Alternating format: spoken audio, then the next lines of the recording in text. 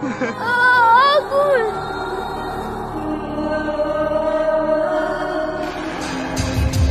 না?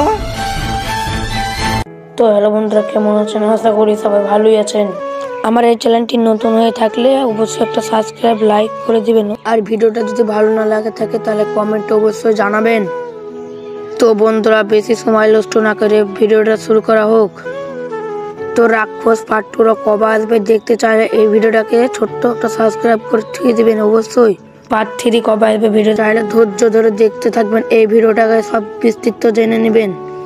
আর বেশি সময় না নষ্ট করে সময় শুরু করা হোক। পার্ট 3 15-16 তারিখের মধ্যে চলে আসতে পারে।